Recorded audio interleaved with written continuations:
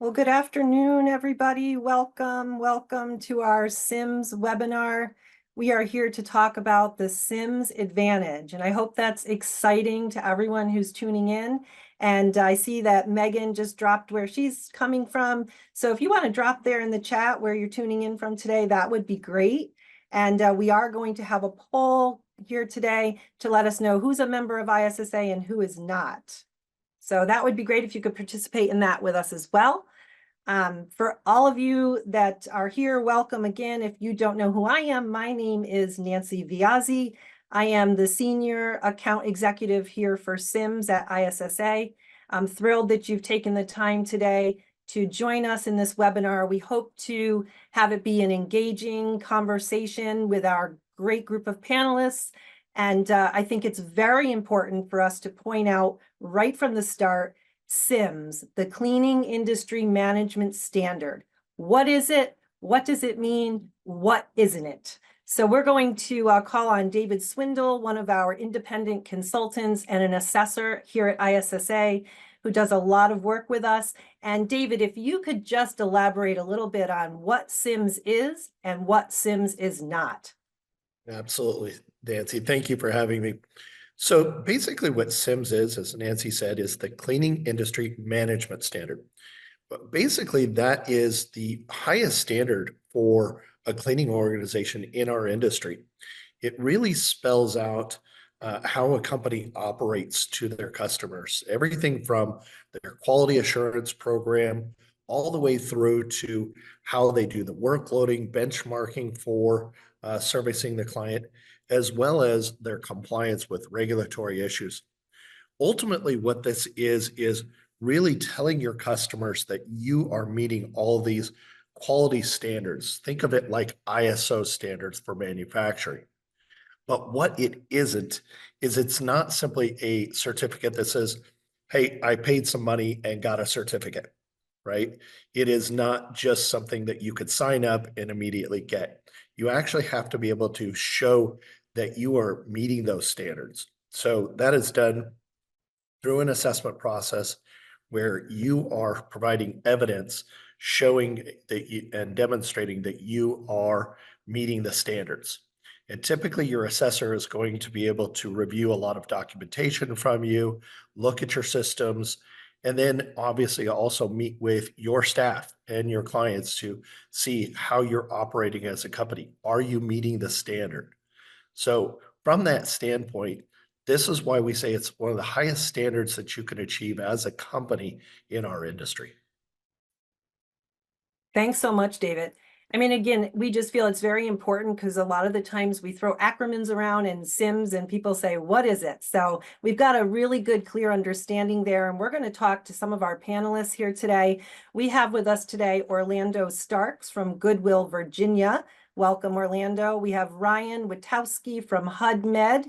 And Ryan is a new CIMS client and a new member to ISSA. So welcome again, Ryan. We're so glad you've decided to join and take that on. And we have Brandy Emmons Powell from Didlake. So welcome our panelists. And I just want to kick it off by reaching out here to Orlando and asking him a question. We've shared a lot, Orlando, in conversation, how CIMS has given you advantage and benefits to Goodwill, Virginia. But we'd like to kind of zone in on something you said. How has CIMS certification influenced the way Goodwill, Virginia trains and supports their staff? And with that, have there been notable improvements in employee performance as a result of this certification specifically? Okay. First thing, Nancy, thanks for being a part of this. I appreciate it. I'm very excited about speaking about CIMS. We have been CIMS certified for more than 10 years, so it's a great thing, great certification. But to answer your question, in regards to training, it gave us a roadmap. It gave us a benchmark, something to shoot for. It allowed our associates as well as our management team to know what we should be looking for when we're going around or talking to our associates. It allows us to develop better trainings for our associates. In the past, our trainings were pretty much just like a check mark, kind of go from there and just talk about it, check it, and move on from there. This allowed us to be more interactive. We I guess I can say play games, but we started to have more conversations with our associates. We would do trainings, and then maybe a week later, we would go back to them and follow up with them just to make sure they understood the trainings. And it made them more aware. It showed them that we cared about them because we really want to make sure that, and the trainings were important, make sure that they understood the information we were kind of sharing with them, and they didn't understand it, kind of reiterating it again, so that when they're out there in the field doing certain things, they're making sure they're doing things properly. As for performance and morale, it brought our inspection scores up, because it made us more aware, and made our associates more aware, and made them take more pride in what they were doing as well. We used it not as a "I got you" kind of thing. It was more along the lines of a coaching, and just having conversations and talking to them.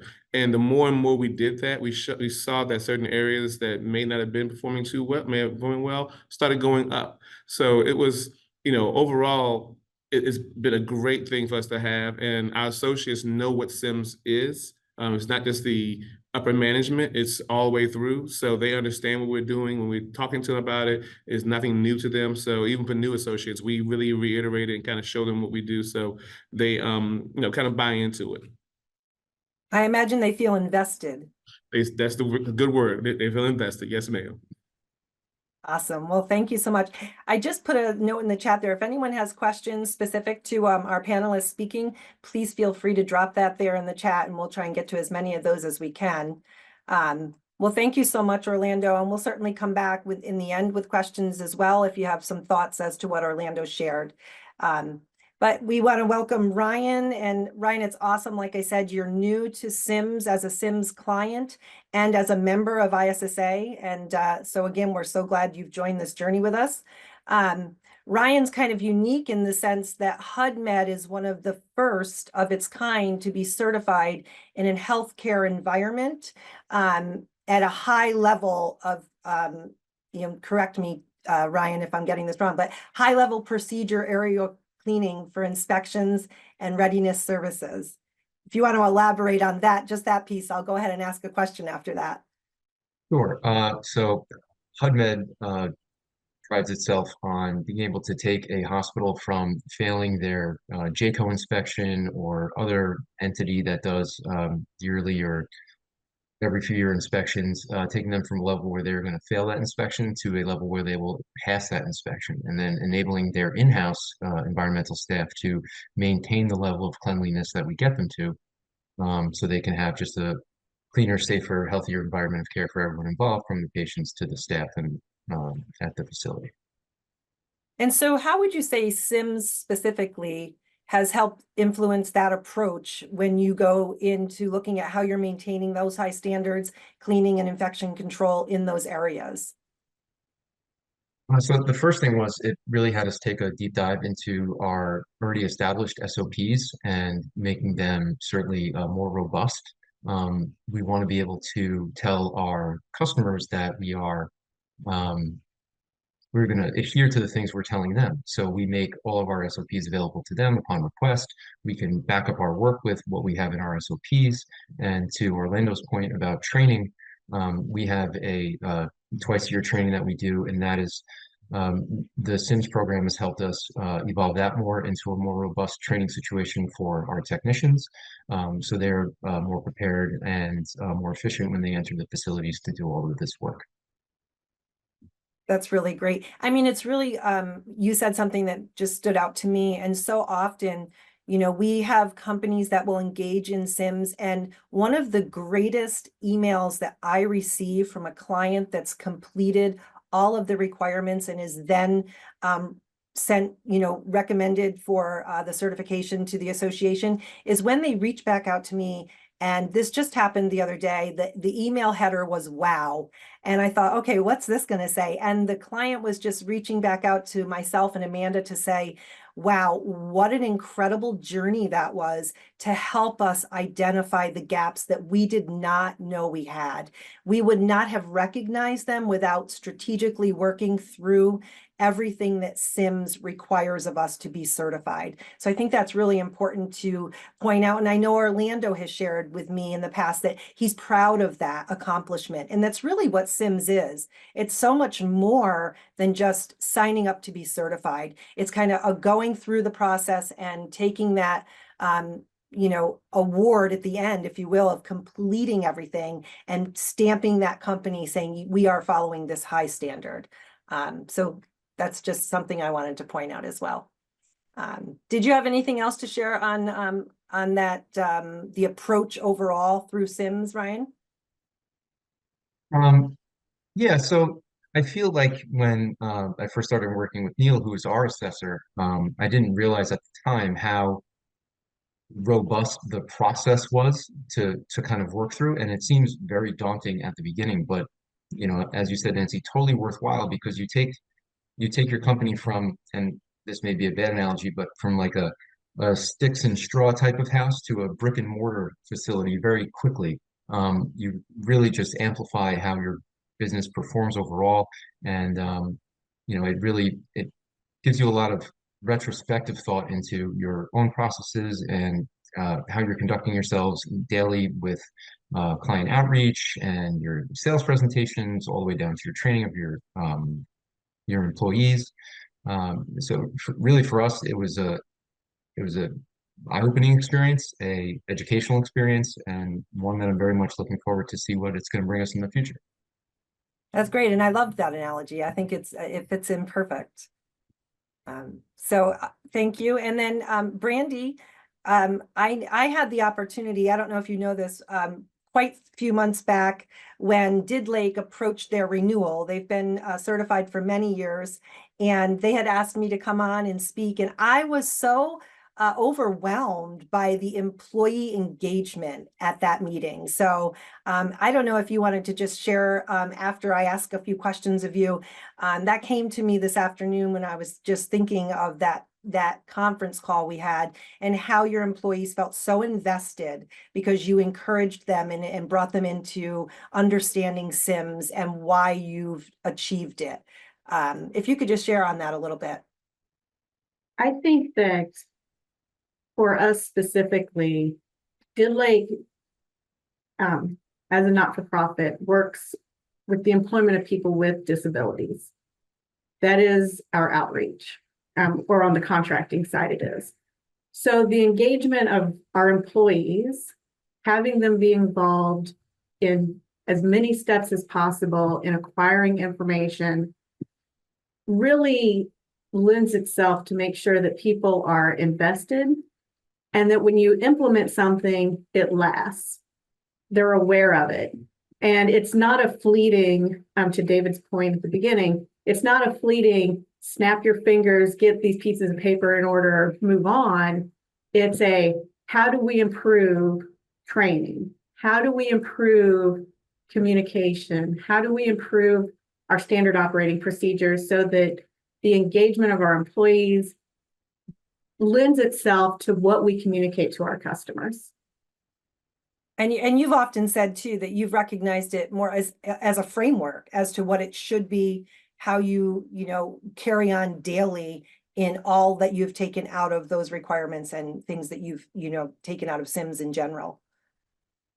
Yeah, I think when it comes to any time you go through a certification process, you receive your standards manual, for lack of a better word, and it's very daunting because you see these hundreds of things that you're supposed to do.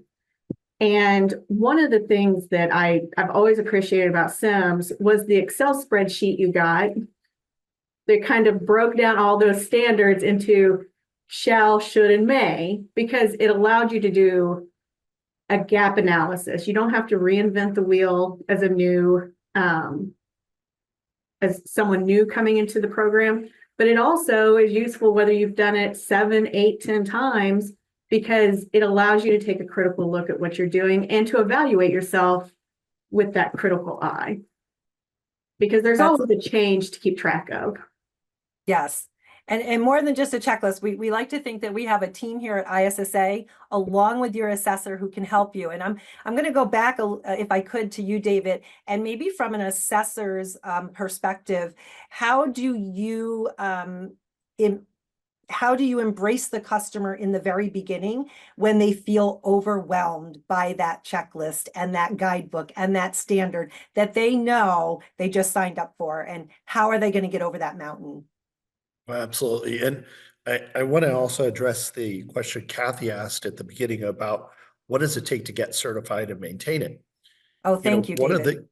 One of the things that happens in the process is, as an assessor, we're going to reach out and send you over, as Brandy just mentioned, you're going to get your checklist, you're going to get the standard.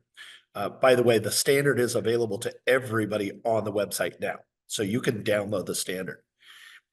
It does feel very daunting at first. And so one of the things that we as assessors like to do is reach out and have a preliminary meeting just to go over what is going to be involved.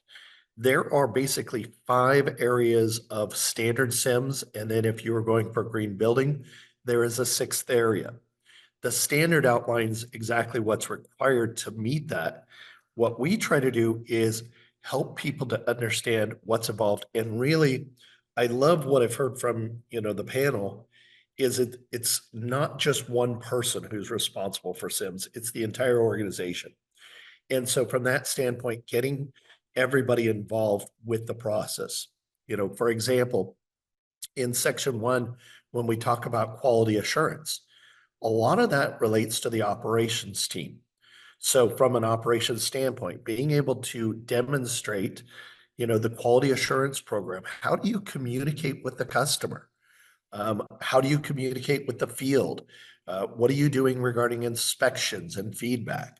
And each area of the standard has those different criteria. And so what I would encourage Kathy, and anybody who is looking to get involved with CIMS, download the standard, start to look at, as Brandy just mentioned, do a gap analysis of your company to see what is the areas that you need to work on and start to prepare for CIMS. And to that extent, even reach out to Nancy or the team. We're all here to help, and we're more than happy to help support you if you find that you've got a lot of gaps and you need some help with it.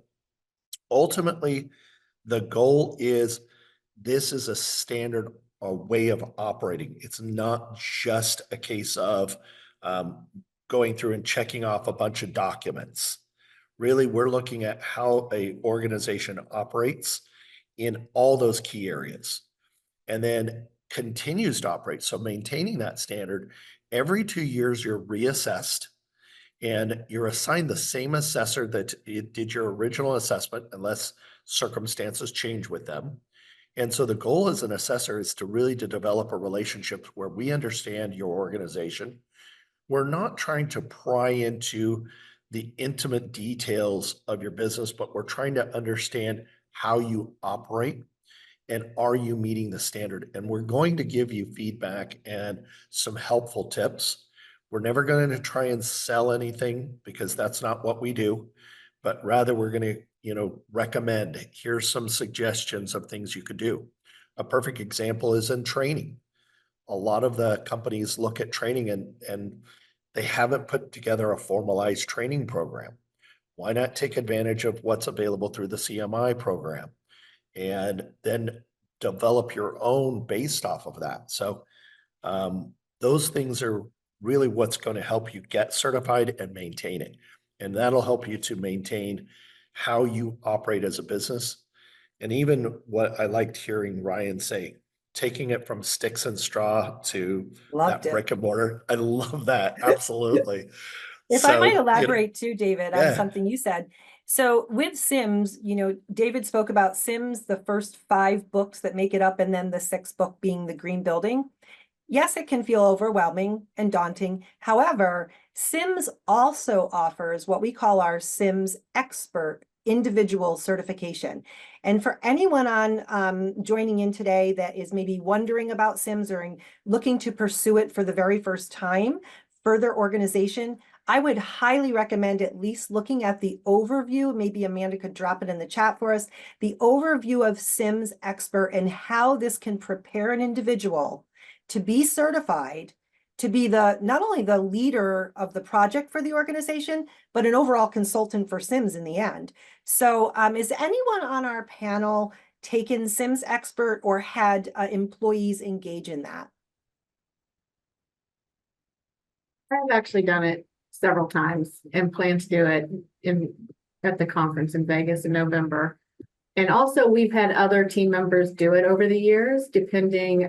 So we always do CIMS and CIMS Green Building. So the person who heads up our sustainability effort, we have certified in that, because that is a big chunk. And while some of it is making sure other standards are met within the first 5 books, there's a lot of information in there about percentages and purchasing and what that means, and the training initiatives that go along with that with our employees. So it's kind of like the prep book to an SAT almost. it is very useful, especially if you're and I will say, doing it the first time, like I had that training and we had not as an organization necessarily decided to pursue CIMS. But when I came back, I was like, And so we started tightening some things up. By the time we did do this, we had prepped a lot. And I will agree with David, our assessor, who Fred is absolutely wonderful. And he has done all but our first survey. And so this last time when I had questions about some of the newer standards, I just called him up and we talk extensively every 2 years. And the travel back and forth, and it is a good experience, and it's a very calming experience because he knows what he's talking about. Yeah, it's about building relationships too with the team here at ISSA and with your assessors to get you, through and questions asked and answered. Anybody else that participated in CIMS Expert that might want to elaborate? Have not done it as of yet. There's something that we're looking forward to do this for the next year or so. So it'll probably be me. So I will be going. Well, there you go, Orlando. Another certification under your belt. It is offered online, virtually, and then we do have it live at the show in Vegas. If anyone's going to Vegas in November, we'd love to have you engage in that. So we can certainly share some information as well on that. Thank you.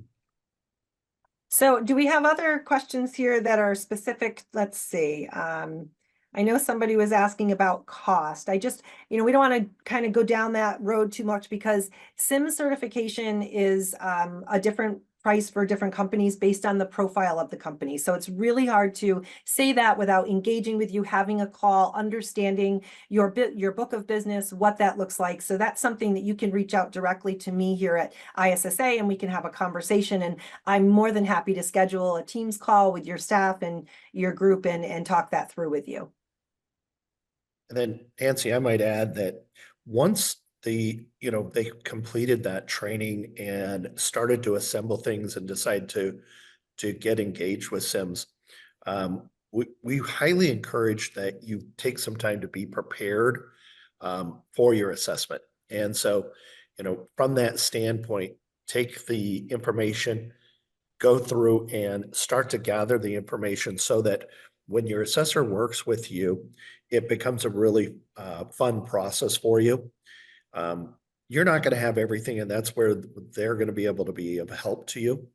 But ultimately, this is really what you make of it. If you don't put the time and preparation into it, and you don't have your systems in place, I would recommend you first focus on that before going down this process, because the standard itself, while it's not a difficult standard to meet, it is a high standard. And what it tells your customers is that you as an organization are operating at a very high efficiency, and it shows shows stability as an organization.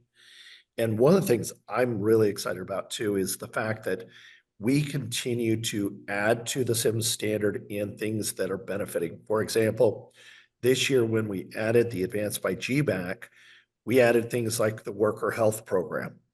And that was really such a great feature because it now incorporated some of the things going on through the pandemic, things that we learned.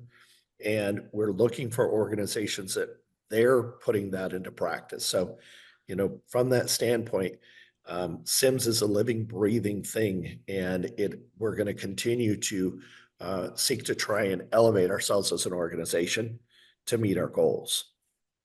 I like that, David. And also, as I'm sharing with all of our clients, whether they be new engaging in CIMS for the first time or in a renewal process, we like to say it's more of that 2 years that goes by. We don't want that to be a gap in conversation, if you will. We want to be partnering with you and learning about things that are evolving on your end through your organization and in our industry overall. And being a member of the Association of ISSA, there are a lot of benefits, opportunities to talk with your peers and kind of keep that conversation going so that you're not dusting off the books in 2 years and kind of just, doing the same thing again, where you're actually engaged, using it, having a testimony to the use of it and how it's, helped you evolve or grow through that 2-year period.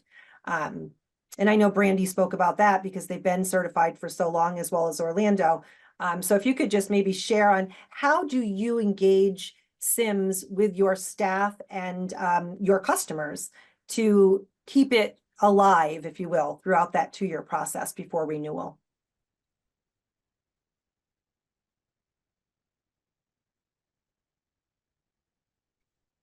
I think that one of the things that we discovered was that for standards that call for you to do something frequently, those things really impacted us, especially in the green building piece when it came to selection of products and equipment. Kind of prior to exploring this option, some of our contract sites kind of ordered based on, I think this is what I need. The first time we did it around, we looked at it and tracked everything, but we didn't tighten anything up. So we met the percentage, but we hadn't really tightened it up, so to speak. Over the next 5 years, we expanded out a position that really took care of researching into those products. What was the best option that we could have at multiple contracts, not just unless it was a significant, something very specific to a particular contract. How did we make that product purchase consistent so that we knew it helped tighten up training, it helped tighten up safety. And in doing that, making the customer aware, hey, we're suggesting to you options. You also have a need to meet. You have sustainable goals to meet. We can offer that because if we use this particular product, we know that it's EPA certified or it's green seal. These liners are no longer going to be in stock. How about we bring in some options to look at? So it became a very real breathing back and forth. Also with the employees, because we knew what they should be using and what should be in that inventory closet. We didn't have to guess from contract to contract anymore. And we even tightened it up to the point where if you needed to order something that wasn't on what we started calling our approved list, okay, then tell us why you need this product. It's no longer for us to just simply research everything for you. Why do you're the manager of this contract. Why is this particular product so important to you doing the work and getting it done? And then that brought in safety, reviewing that, making sure the product is something we consider safe for our employees. So it really impacted several areas and kept that going. Thank you. Orlando, did you want to share on that as well? Looked like you had unmuted yourself. Thank you. Yes, I do. I guess for us with CIMS, it helped us have more conversations, better conversations with our customers. And it tied in a lot because I would say we are in government buildings, and two out of three of our government buildings, one is gold and one is LEED certified. So it helped us kind of sell by having CIMS, we could go to them and go, hey, this is going to help you with in your building and for your environmental services, or in regards to your certifications as well. And as for, I guess, for a organization or in the janitorial side of it, it helped us kind of, as Brandy said, tighten up regarding things that we utilized, chemicals that we utilized. Our SDS book went from this huge book to very minimal chemicals that we utilize. We were using things, we changed chemicals that we in past probably didn't think would work. I always tell people that we have a stripper that's green, doesn't smell, but it does the great job. So it gave us opportunity to kind of change and investigate certain products that we maybe didn't think we were going to use, but hey, we're going to try to get this so that we know it is green seal. Let's try it and see and go, okay, this is great. And then our team kind of bought into it, in regards to when they're ordering things, they know that what we have works, and is not a whole lot of choices, but it does, help us. It helps keep our associates safe and keeps our tenants safe as well. So it was more of a, just helped us kind of tighten up things. Gave you assurance, that sounds like, for sure. Yeah. Nancy, I want to tag on to what Orlando was just saying, because I think that was a great point you brought up about the lead requirement. If you have a building that you are cleaning that is US GBC LEED certified, one of the great things about CIMS is that our standard is really just tied completely in with the LEED points and LEED requirements. So when you are meeting that and you can show them, hey, we've achieved this, we are CIMS GB, and provide the evidence to them, that makes their life so much easier. They could just take that off their plate, say, okay, boom, I can count on that, and it's easy. I worked with UC Davis, who went through this process a couple years ago. They have over 30 LEED buildings, and one of the things that the department that oversaw that said was, you just made our life a whole lot easier, because now we don't have to worry about coming back and asking every time for those percentages of purchases. You guys, as long as you're maintaining us at that standard, we're in great shape. So, if you're dealing with a company that has green buildings, this is such a valuable tool to be able to help them. And one thing I would highly recommend is that you are promoting what you're doing with CIMS. Your customers need to hear what you're doing, because that's going to show that you, again, are operating at that very high standard and what it benefits them. And there is so many benefits to your clients in this. So take an opportunity to promote that. And I will tell you, your assessor will do the same thing when they do the on-site inspections. Half of the time of what we're doing is beyond just doing the audit, we're also promoting CIMS to your clients. David, that's great. And I just, something you said too, I just want to make sure that we're recognizing that, sometimes we'll get a call like, who is CIMS for? So it's, a lot of our CIMS clients are building service contractors, of course. But we also service those in-house service providers and facility management companies. And I know it, and now we're watching CIMS grow into a space. And again, Ryan, in healthcare. So maybe David, you could just speak a little bit as to how it might look different to an ISP from a BSC. We get that question a lot thrown around. And some people are like, how is it different? How does it help? Yeah, absolutely. Because some of the standard, there are different elements of the standard that will apply differently. One of the things from a in-house service provider like Randy's organization, where they're doing more in-house, for that organization, this is applying to how they operate. And I think one of the things it does is it tells your entire team, here's a structure of how we're going to run the organization. The benefits are to the employees predominantly, because of the training programs, the support services, the regulatory, everything that you are doing as a management team to support them. So in that regard, a great tool for it. For a building service contractor, it's the same thing, but now you are able to promote it. And in all honesty, even as an in-house service provider, telling your clients, the people that, the buildings you're cleaning, even if it's within your own facility, let's say maybe a hospital or something along those lines, or a university, it's a wonderful thing to be able to tell all the stakeholders that we are operating this part of the organization at that standard. So I would not limit myself if I was an ISP to doing that. I would definitely would be trying to embrace SIMS. And at the same time, building service contractors, what a great tool. And I will tell you, with the thousands of cleaning organizations out there, the small amount that are SIMS certified, this is putting yourselves in the top 1%. Yes. And that's really what we should be striving for as organizations, whether it is in-house or as a BSC. And Ryan, I think of when we first engaged in conversation, what would you say to somebody that's listening in today that thinks or thought prior to this that SIMS was not for them?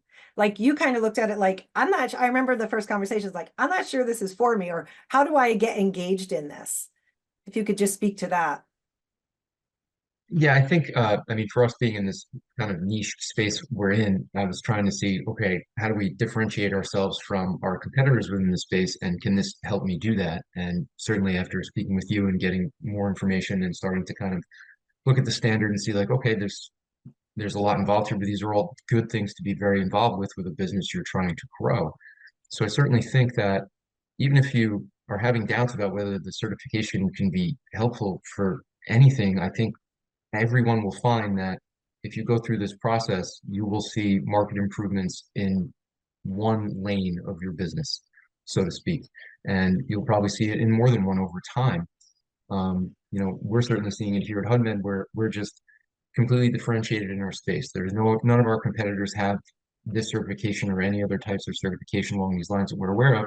And we're proud to say that in every new sales pitch we go give with our bigger customers. Or any customer for that matter. So I would certainly hope that anyone who is interested would, after this discussion that we're having, would completely change their minds on being on the fence and go, yeah, this is absolutely for me. Look at all the benefits that I will receive from doing a good amount of work, but the benefits are certainly greater than the time spent in your preparation and development of the things that SIMS requires.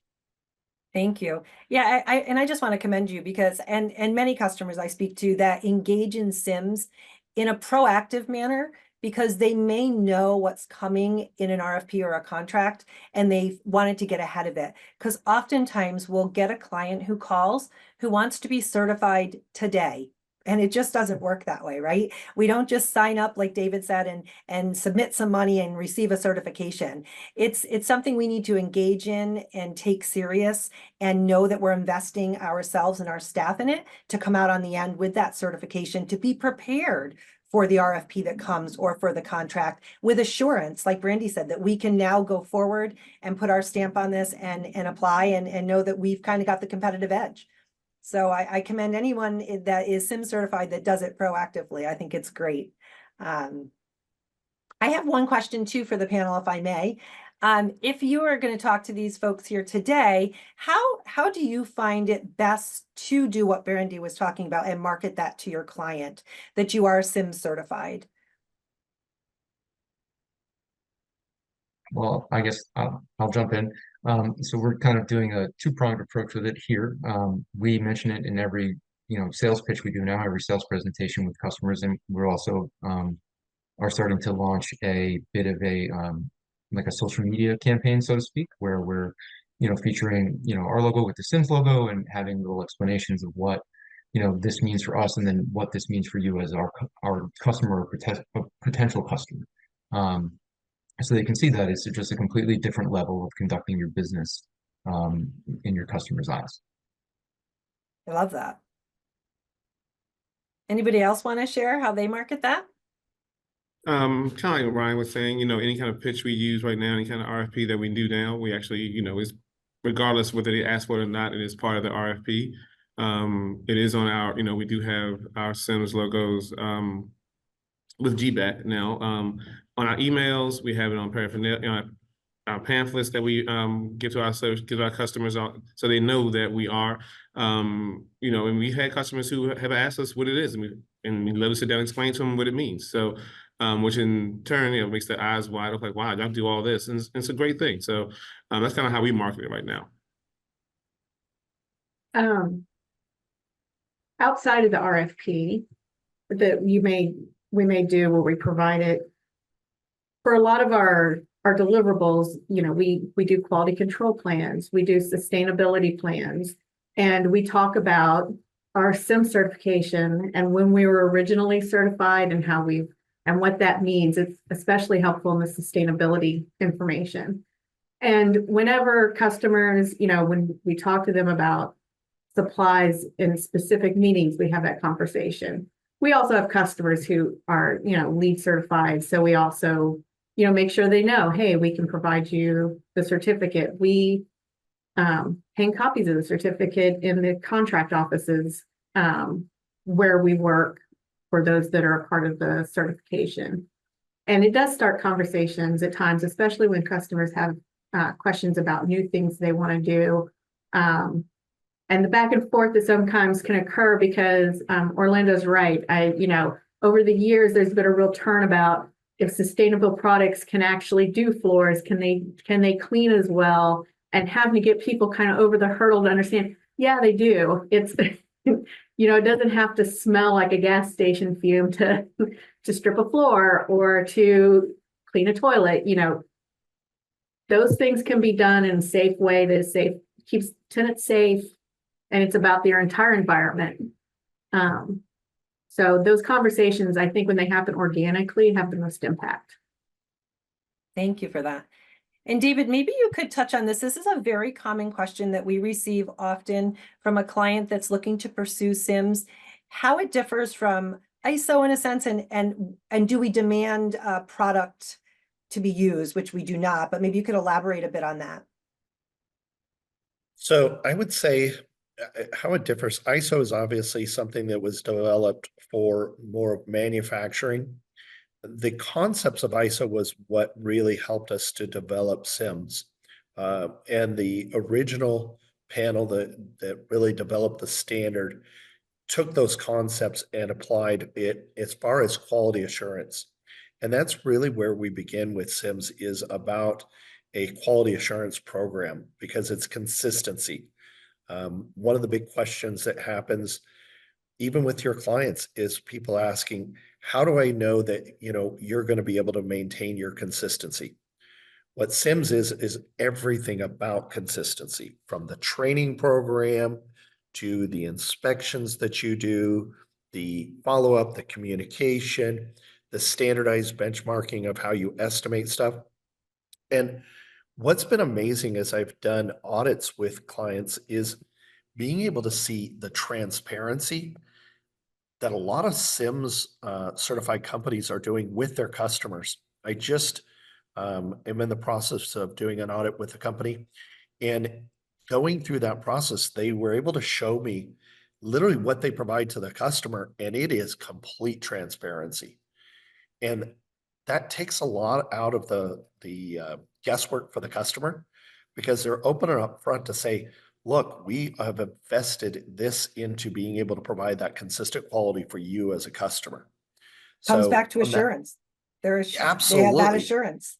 Yeah, it does. And, hearing what the panel has said about how they've used it with the customers, one of the things I've also heard is how it has benefited the organization in customer retention and employee retention.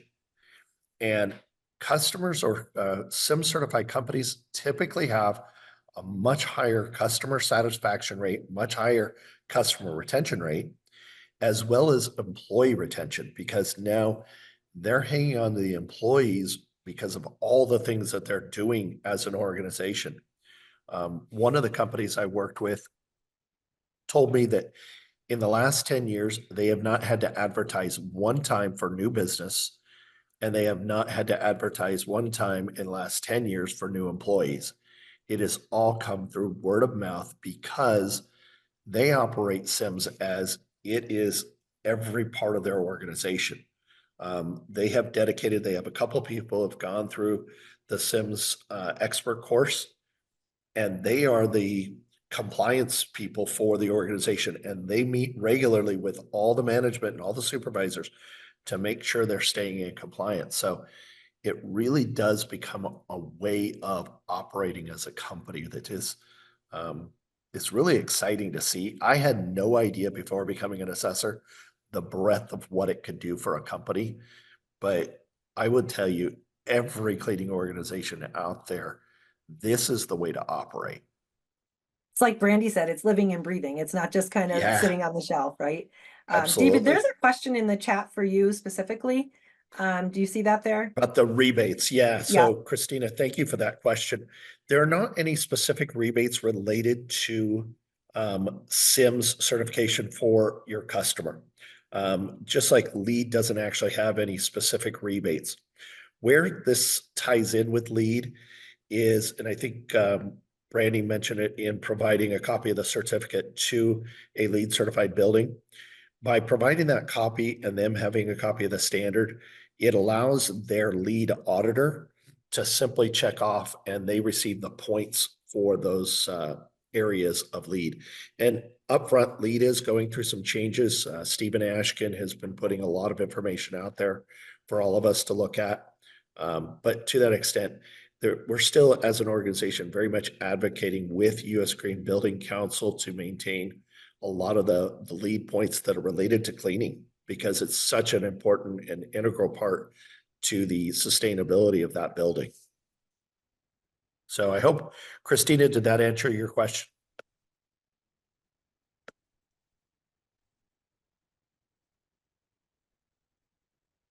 Okay. And then as far as benefiting private companies more so or above government and public buildings, I mean, I would say that CIMS is going to benefit all that engage in it. Just because, and you know, I come to last week, I spoke with a client, and I just loved the way she approached it. She was like calling me saying, I have my own business. She was one person who was looking to build her business based on this standard. And she said, how can I do this? And so it's caused us to look at the smaller maybe organizations out there and see how we can help to get those clients CIMS certified as well. So as we say, CIMS is always evolving and growing. We hope to be able to cater a little bit more to the smaller business as well in the future. Yeah, I would agree with you very much, Nancy. I think there is, if you are starting out your organization and you're using this as the standard to build your organization, you start building each of the different processes using that. And, you know, one of the things that happens with working with a consultant or assessor, anybody in the team, is that we're going to make recommendations. We're not going to be product centric, but we're going to recommend systems that can benefit you. And, you know, we are absolutely all here to help you. And the nice thing is you have a network also of other CIMS companies that you can absolutely reach out to that can tell you what they've gone through and how it's benefited them. And I love the fact that we're doing this webinar today, because it really is addressing the value of CIMS.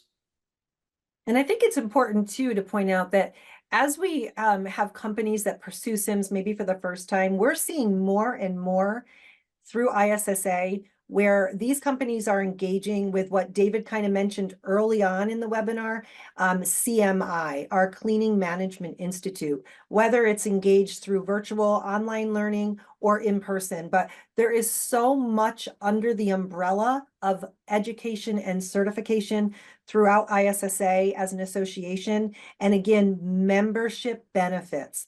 Being a member of the association and utilizing the benefits that are there for you, the tools that are available, whether it be through the CMM magazine or webinars such as this or other educational training pieces that are available. I would encourage again, embark on that first, like become a member, get engaged, and let your journey begin there as to where you land in education and certification. I don't know if we have more questions that we haven't addressed here yet. I'm going to just kind of scroll through. If anyone wants to drop a question in there, the panelists are open to answer. I know we've got about 5 minutes left here. We don't All want questions have been anybody's, answered, Nancy. You guys covering all the bases. Well, is there anything that any of our panelists would like to share before we end? It's been a great conversation. Oh, Christina, explain CMI. So the Cleaning Management Institute is another division of under education at ISSA. And David actually does a whole lot of work with CMI. So I may let him speak on that as well. Although I work closely with our team in our Albany office, I work close with Caitlin Ennis, who runs our CMI division. But David, if you wanted to kind of jump in there as Superman, awesome. He does a lot of our training with CMI. That's actually what I'm doing this week. I'm here in Baltimore with the group from Visit Baltimore, working with the Baltimore Convention Center. So CMI is as exactly what you just said, Nancy. It is our training division, and it is where the education from basic custodial, advanced custodial, workloading, auditing, supervisor training, just a wealth of information. And there's been a lot of work. CMI has been around for a long time. I forget the exact number of years, but it's also been part of ISSA now for a number of years. And it completely integrates very well with CIMS because we have the standards related to training.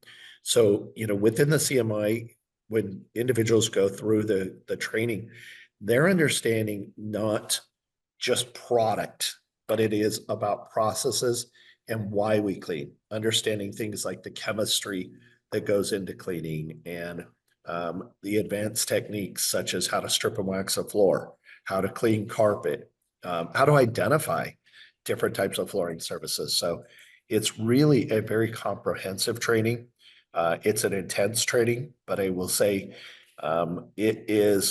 I love being a part of this division and working closely with organizations.